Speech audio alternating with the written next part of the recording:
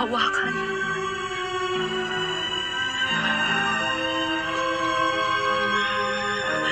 Huwag mo akong hawakan.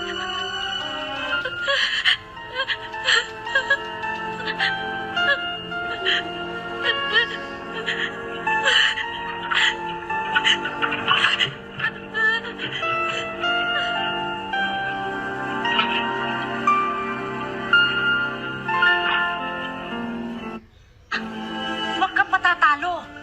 Huwag kang paiisa dyan sa asawa mo.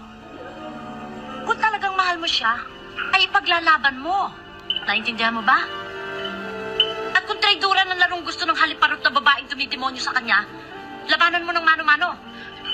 Eh ano naman ang laban ko, Miss Amor? Tingnan niyo naman ang itsura ko. Pati yung baby ko. Inumin mo itong kape. Sige, maawa ka sa sarili mo. Kala mo ba may mangyayari sa'yo niyan? Cecilia, kinakailangan ipamukha mo dyan sa asawa mo na hindi kanya kayang dispatchahin ng ganun-ganun lang. At doon sa haliparot na babaeng yon, sinasabi ko sa'yo, lumabang ka. Labanan mo.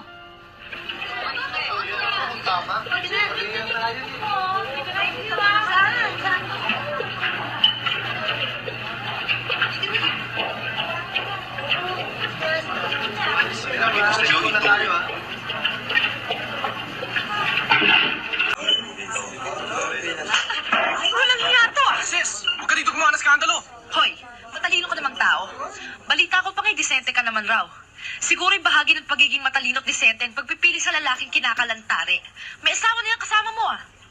Kung sa bagay, ano nga ba naman yung pagdibesyonan yung kalad ka rin? Tama na, okay?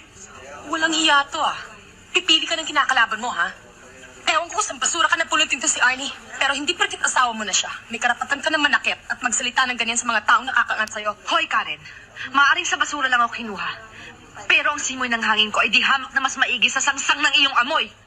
At ikaw na rin ang nagsabi na kahit anong gawin mo, ako pa rin ang asawa ni Arnold. Kaya mangisay ka sa inggit.